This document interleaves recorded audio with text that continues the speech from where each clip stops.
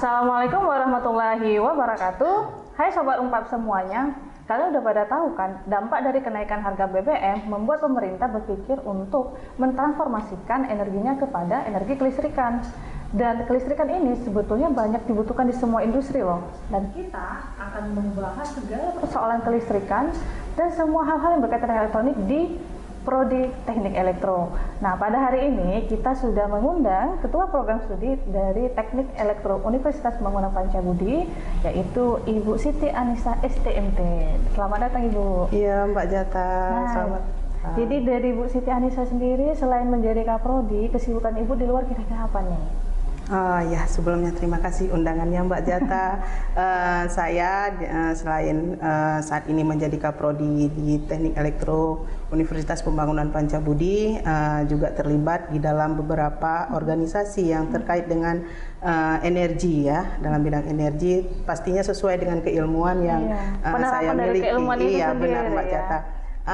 Di antaranya saya saat ini tergabung dengan masyarakat biomasa Indonesia, MEBI, dan juga sekarang saya aktif sebagai pengurus di masyarakat ketenaga listrikan Indonesia, khususnya untuk wilayah Sumut. Saat ini juga saya bergabung di dalam masyarakat energi baru terbarukan Indonesia. Sama yang paling dibutuhkan Indonesia pada saat ini dan bahkan dunia sebetulnya. Iya benar Mbak Jata, karena kan isu dari global warming, terus ozonisasi, keterbatasan sumber daya, terus energi fosil yang sekarang ini memang menjadi perbincangan yang memang sangat-sangat menjadi krisis, sehingga pemerintah juga mengeluarkan kebijakan tentang penggunaan energi yang ramah lingkungan. Jadi memang kita harus mengembangkan dan harus mengikuti peraturan dari pemerintah terkait tentang energi, bahwasanya energi yang ramah lingkungan lah yang harus kita terapkan untuk di Indonesia saat ini. Karena memang sudah sangat terbatas sumber daya yang kita miliki. Iya, benar, Mbak Jata. Penduduk terus meningkat, overpopulation dan lain-lainnya. Jadi kita butuh pembaharuan yang lebih renewable ya. Iya, benar sekali dan Mbak itu Jata. adalah perannya Mbak Siti Anissa di sini salah satunya ya, terutama di wilayah Sumut. Iya, benar Mbak Jata. Jadi mungkin ini akan muncul pertanyaan nih. Kita kan mau mengajak nih para mahasiswa untuk bergabung menjadi orang yang juga berkontribusi nih dalam menghasilkan energi terbarukan dengan join di Prodi Teknik Elektro. Nah, jadi kalau di Teknik Elektro itu sendiri, Ibu, kira-kira apa sih yang akan kita pelajari? Jadi mungkin kebayangnya elektro bukan cuma tentang listrik atau kabel-kabel kan ya, atau apa nih kira-kira kalau di Prodi ini? Nah, itu dia Mbak Zata. Kalau selama ini mungkin kebayangnya masyarakat atau adik-adik itu kebayangnya bahwasanya di dalam teknik elektro itu bakal kesetrum, bakal apa. Tapi pada kenyataannya nggak seperti itu gitu ya kan. Artinya memang ada arus listrik, tapi kita mempunyai standar yang harus kita terapkan di dalam kita bermain-main dengan arus listrik. Jadi di program studi teknik elektro itu saat ini ada 3 konsentrasi, yang awalnya itu hanya 2 konsentrasi Mbak Jata. Itu yang pertama itu ada energi listrik, terus yang kedua itu ada sistem kendali kelistrikan. Nah sekarang ini ada lahir yang baru, yaitu konsentrasi energi baru terbarukan. Dimana kita aktifan Ibu di luar. Iya benar. Dimana kita juga mengingat bahwasanya kebutuhan dari pemerintah terkait program 30.000 megawatt.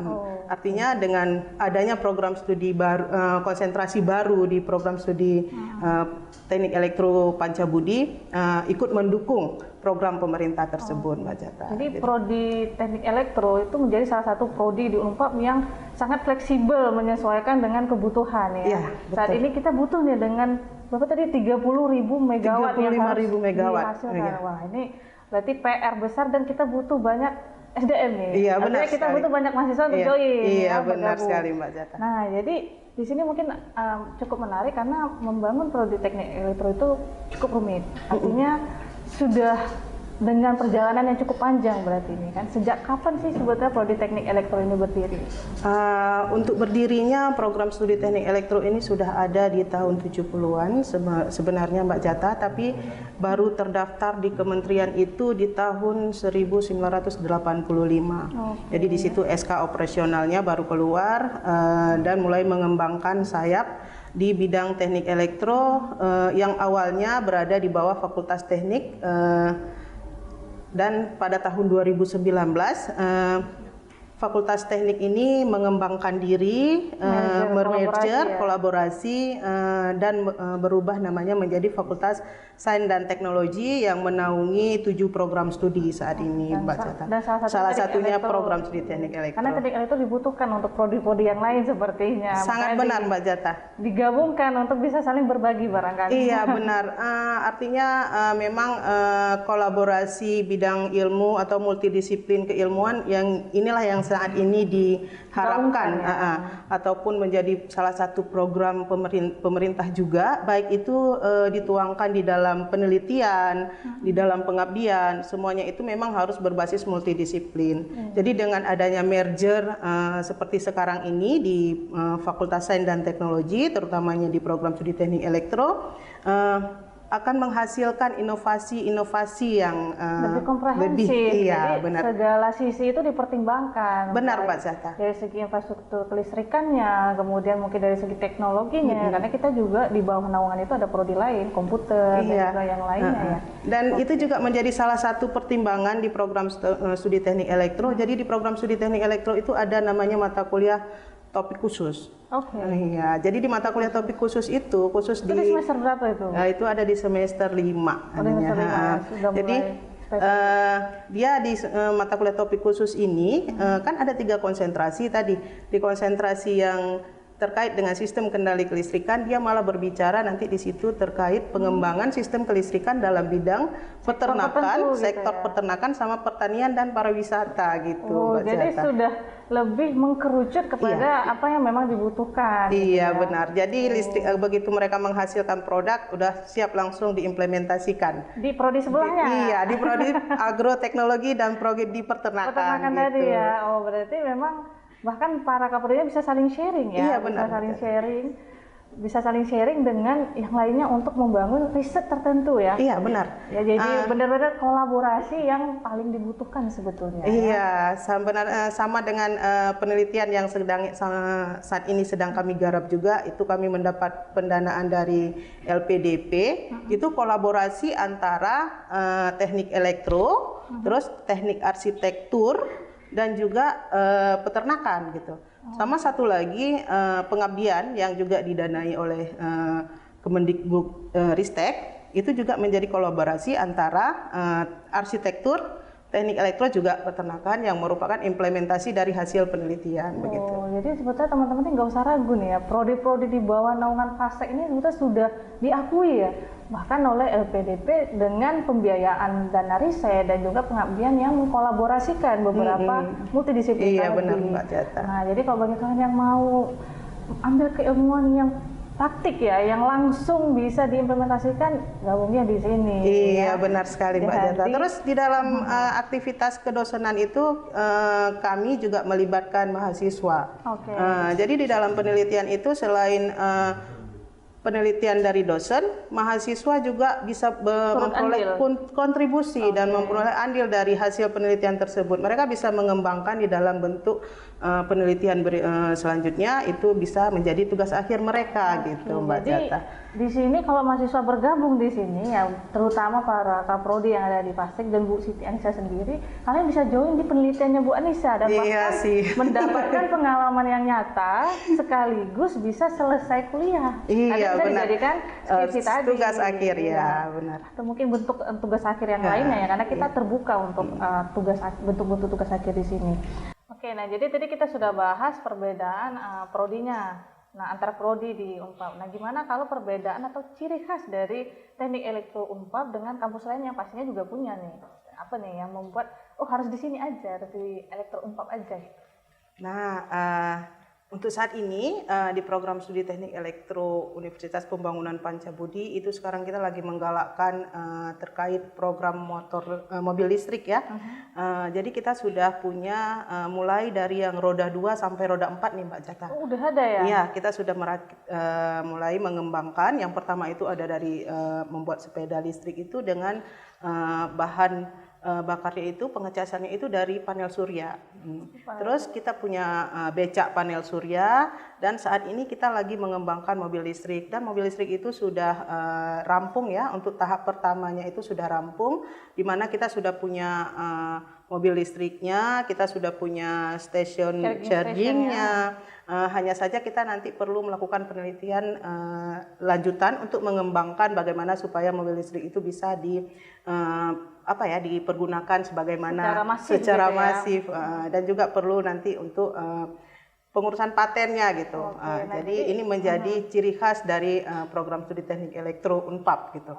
Jadi dari keilmuannya tuh bukan cuma belajar teori, iya, jadi benar. Udah ada produknya, cuma masih butuh riset lanjutan iya, pastinya benar. ya. Nah, mana tahu kalian mau jadi bagian dari itu, yuk join di sini gitu ya. Nah jadi mungkin perlu penekanan sedikit terkait dengan profil lulusan dari prodi ini sendiri. Kan ada 3 konsentrasi. Nah mungkin dari segi apa sih alumni yang diharapkan, kompetensi apa yang diharapkan oleh para lulusan ini setelah selesai dari prodi? Nah berbicara terkait profil lulusan itu tidak terlepas dari kurikulum ya Mbak Jata. Jadi kita program studi teknik elektro itu sudah menetapkan profil lulusan dari program studi itu adalah yang pertama itu menjadi peneliti ataupun akademisi, di mana tidak bisa dipisahkan ya. Iya, riset itu akan terus. Iya, karena membuktikan kebenaran itu semuanya berdasarkan riset. Iya, benar. Didasarkan pada riset. Iya, benar Mbak Jata. Terus yang berikutnya profil lulusan yang diharapkan dari program studi teknik elektro itu adalah tenaga profesional. Ya, tenaga profesional. Jadi alumni kita itu bisa menjadi engineering yang memang profesional di dalam bidangnya, terkhususnya di dalam bidang energi fosil, baik itu energi terbarukan ataupun di dalam kontrol kelistrikan yang tadi kita ceritakan, baik itu di dunia industri, pertanian, peternakan, dan kalau bisa berkembang sampai ke selanjutnya. Jadi untuk mewujudkan profil tersebut, program studi juga mengembangkan kurikulum yang selalu diupdate itu 4 tahun sekali dan mengacu kepada Permendikbud, dan juga kami bergabung di dalam asosiasi program studi, yaitu FORTE ya, Forum Energi Teknik Elektro se-Indonesia.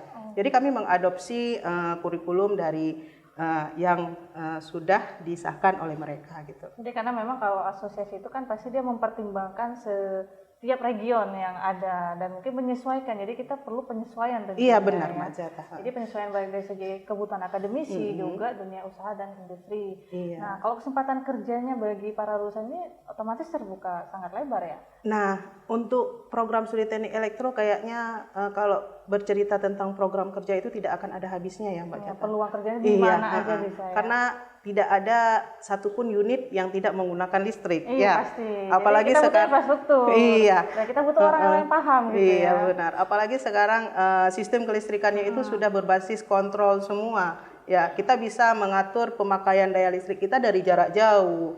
Kita bisa mengatur mengendalikan penggunaan energi listrik dari jarak jauh. Nah, kita punya kolaborasi dengan komputer barangkali ya. Iya benar Mbak Jata. Tapi mungkin untuk programnya itu ada di komputer, tapi untuk perakitan basisnya itu ada di teknik elektro. Nah, jadi itu pembeda. Iya, menjadi pembeda juga. Jadi kalau untuk peluang kerja itu tidak perlu disangsikan lagi ya Mbak Jata. Jadi hasil lulusan kita memang sampai saat ini hampir 90% itu terserap di dunia industri.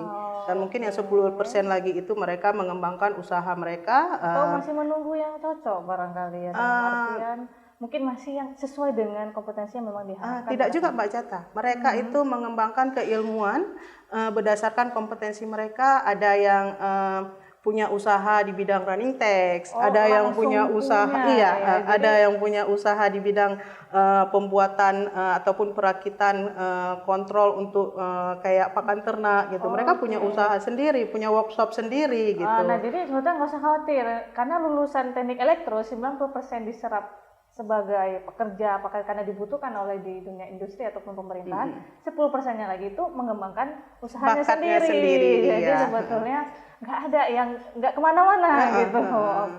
Nah terakhir nih mungkin dari Bu Anissa ada yang ingin disampaikan buat para mahasiswa yang masih ragu atau masih takut barangkali ini, aduh elektro bisa nggak ya gitu, oh, aku mampu nggak ya. Nah, kira-kira apa nih pesannya buat para calon mahasiswa? Nah, untuk adik-adik yang masih bingung untuk saat ini mau meneruskan perkuliahannya di mana, tidak perlu ragu untuk mendaftarkan diri di program studi teknik elektro Universitas Pembangunan Pancabudi, karena pastinya di program studi teknik elektro itu selain kita mempunyai kurikulum yang menuju jauh ke depan, menuju ke masa depan, kita juga mempunyai SDM ataupun dosen-dosen yang kompeten di dalam bidang teknik elektro. Jadi sekali lagi jangan ragu untuk mendaftarkan diri kalian di program studi teknik elektro Unpad. Ayo kuliah di Unpad. Oke, terima kasih banyak nih Bu Anissa sudah berbagi banyak ya pada kita terkait dengan prodi teknik elektro dan juga isu-isu yang berkembang tentang kelistrikan pada saat ini. Jadi buat teman-teman jangan lagi ragu ya, ayo gabung ke prodi teknik elektro karena di sini kita punya dosen-dosen yang handal dan juga praktisi yang pasti bisa menciptakan generasi yang mumpuni untuk dapat diserap baik itu di dunia usaha, dunia industri maupun kalian yang ingin mengembangkan kompetensi kalian itu sendiri. Baik, terima kasih banyak Ibu dan sampai jumpa. Assalamualaikum warahmatullahi wabarakatuh.